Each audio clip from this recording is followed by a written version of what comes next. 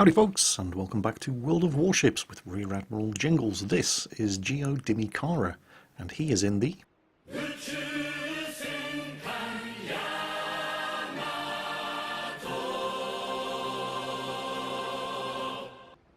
That never gets old. Well, you know, your mileage may vary, but I am firmly of the opinion that if it's good once, it's good every time. Yes, the Yamato, the Japanese Tier 10 battleship. Biggest guns in the game. Quite a few secondaries as well. She has 6 155mm secondary gun turrets. Well, not turrets, she's got 3 turrets, but each turret has 2 guns.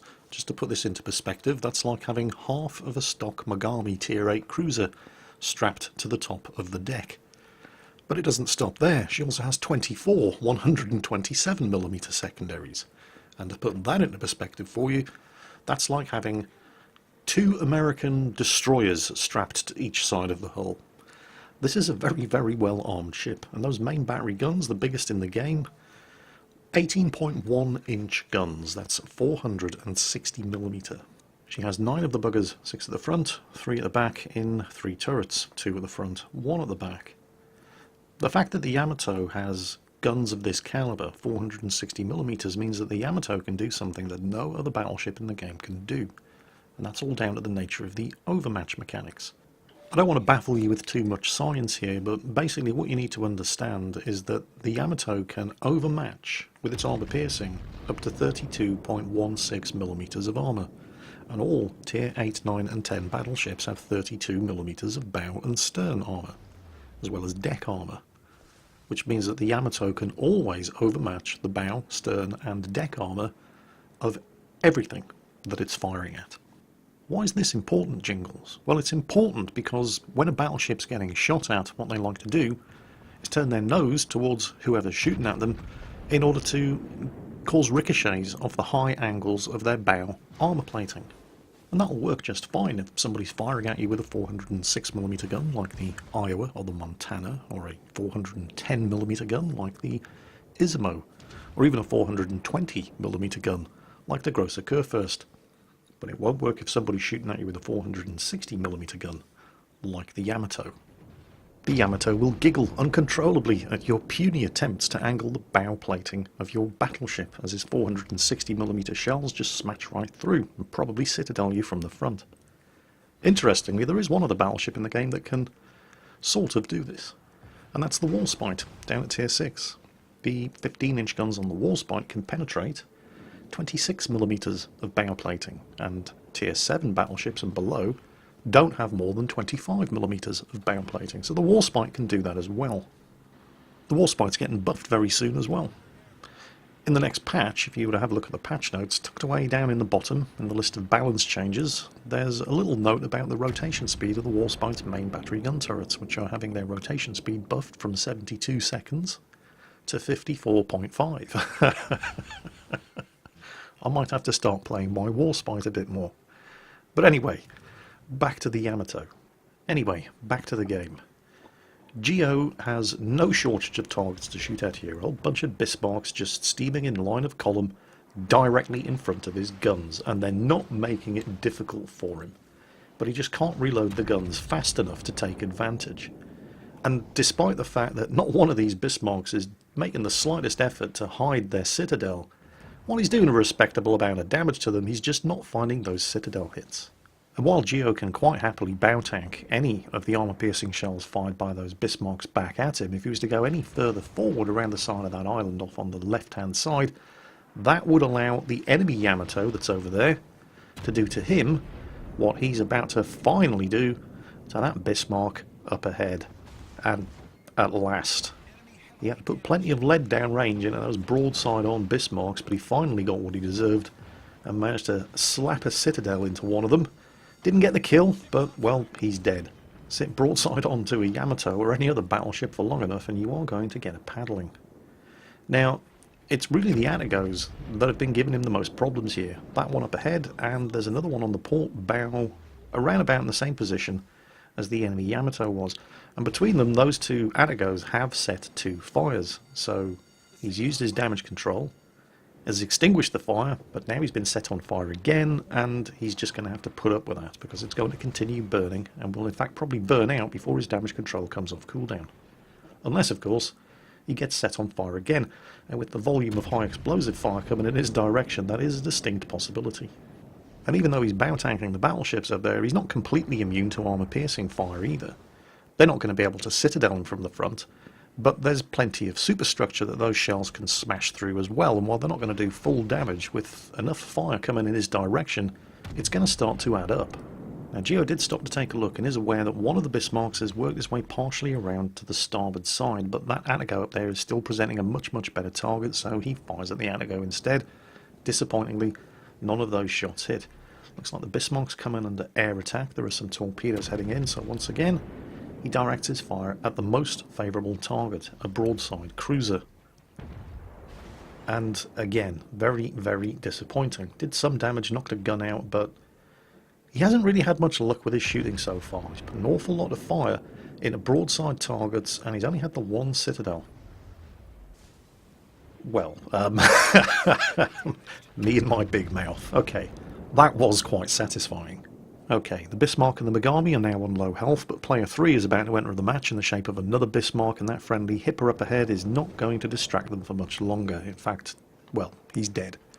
So now they have nobody else to shoot at other than Geo here in the Yamato.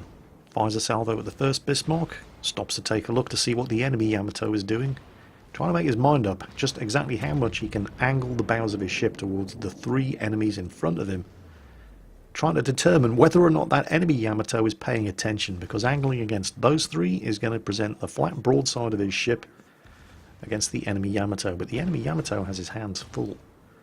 So he pretty much has the undivided attention of these 3 and can afford to angle against these 3 and these 3 alone. So, how do you prioritise your target selection? If there's a target that you can sink, or stand a good chance of sinking with your next salvo, like that Megami, you sink them.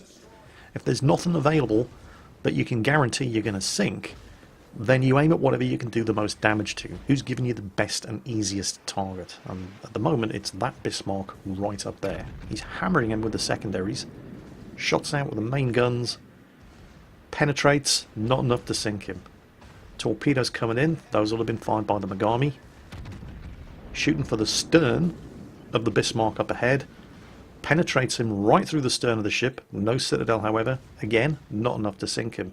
He's concentrating his secondaries, because they have the best firing arc, at the Bismarck over there, and he is coming under air attack. But the friendly carrier has vectored fighters to defend him from the torpedo bombers, who only managed to get 2 torpedoes away. The secondaries finish off the second Bismarck. That just leaves the first Bismarck, who's trying to stern tank him, but this is a Yamato. You can't do that. And so he gets a double strike, nails both Bismarcks within seconds of each other, gets himself the double strike award, but that torpedo hit from the one torpedo that got through didn't cause any flooding, but it did disable his engine. You can see the flames coming from his smokestack there. And with his damage control on cooldown, there's nothing you can do about it immediately, as he puts some shots in the direction of the hipper over there, who's peppering him with high explosive fire as he turns tail and runs the hell away. But it's not the hipper that's going to cause him problems, because the enemy Yamato has finally realised that he's a sitting duck, and that could have been a damn sight worse than it was. It looks like most of those shots went through the superstructure and over-penetrated, but he still took a fair chunk of damage there. And he's taken more, as that hipper over there keeps working him over with a high explosive from his main batteries as he attempts to open up the distance, and manoeuvres furiously to avoid getting hit by these monster 18.1-inch shells, but he's managed to hit him anyway. And there's the Confederate award. Keeps taking a look over to the port beam to see what that enemy Yamato is doing, because he's fired a couple of salvos now at that hipper in the length of time that he took that hit from the enemy Yamato, but no fire seems to be coming in from the enemy Yamato, and the reason for that is because he just doesn't have the line of fire. There's an island obscuring his view. He is too close to the island to be able to fire over it. So Geo keeps up the fire at the hipper while paying very careful attention to where that Yamato is. He's used his damage repair, he's recovering some health. That Yamato is going to have a firing solution very soon. He's going to need all the health he can get. Geo, again, checking the position of the Yamato. The hipper's finally managed to set him on fire. Geo's calculating that he can afford to get one more salvo off against that Hipper, and then he's going to have to turn his ship and his guns in the direction of the enemy Yamato that's just about to nose around the headland of the island up ahead. Yep, here he comes. Now, while the Yamato can, with armour piercing, overmatch the bow and stern plating of any ship at any angle, it can't overmatch the belt armour plating at any angle, and that guy is turning as he comes around the corner, so Geo aims for the bows. And he does penetrate, and he does do a fair amount of damage, but he gets punished heavily in return. So now we've got the clash of the titans. Two Yamatos, the enemy Yamato with more health, but on fire from Geo's secondaries. They're both angling towards each other, so the only place they can penetrate each other is through the bows of the ship, but that guy still has a lot of health. Geo's either going to need a citadel or a lot of AP penetrations, and he citadels the Yamato right through the nose of the ship. The shot totally overmatched the bow armour plating, which is only 32mm thick, crashed right through the citadel of Warships plating and blew him up with shots fired from the front. The Yamato is the only ship in the game that can do that. Oh, and there's the small matter of 208,000 damage and the high caliber award as well, which is nice. No Kraken yet, however. Still only on 4 kills, despite having done 208,000, hell, nearly 209,000 damage. I'm sorry, but this ship is hilarious. It really, really is. Right, our next victim is going to be this Atago, who must have been feeling quite generous today, because he is about to give Geo a target that even a blind man couldn't miss. I mean, look at that. I mean, seriously. As he then misses Geo with 7 of his 8 torpedoes at point blank range. And, oh yes, also hands him the Kraken Award on a silver platter. I don't know, maybe he thought, well, I'm going down, but at least I'm going to take the Yamato with me. And Geo was just, nope. That just leaves the enemy Midway and the Hipper, who by some miracle is still alive. Midway's the bigger and more obvious target, so 6 18.1-inch express delivery gift packages successfully delivered to the target. Another monster amount of damage, 249,000 damage done so far. The Midway was burning. The Midway's used his damage control to put the fires out, but all that means he's going to stay alive long enough to ensure that Geo gets the kill, rather than burning to death and somebody else getting the kill. He is under air attack, and was lucky to survive that. And it looks like he's burned the defensive fire cooldown, judging by the volume of anti-aircraft fire that's blazing out of that ship. But Geo's about ready to have another go and finish the job he started, so he gives the Midway the 2 front turrets and saves the rear turret for the Hipper. And, yep, he's managed to nail the Midway with yet another citadel. Shots out at the Hipper, last ship alive on the team. Wow, that was kind of lucky. But, I mean, look at this. He's a tier 8 cruiser, he's badly damaged, he's spotted, he's coming under air attack, there's a Yamato shooting at him, and he's the only ship left alive on his team in a tier 10 battle against 5 enemies. He's not having a very good day. And it's not going to get any better. In fact, it's probably going to get a lot worse before it gets any better, because it is only a matter of time before one or more of these 18.1-inch shells hit him and put him out of his misery. The only thing that's really in doubt here is who's going to get the kill. Spoiler alert, it's Geo. 263,000 damage with 64 main battery gun hits, 8 of which were citadels, sinking 7 enemy ships and earning 3,200 base experience. And there's still going to be somebody in the comments who says that was nothing special and they could do better, because the internet. Geo Dimicara, thank you very much for sending that one in. Tons of fun to watch. I hope the rest of you enjoyed it, and as always, take care, and I'll catch you next time.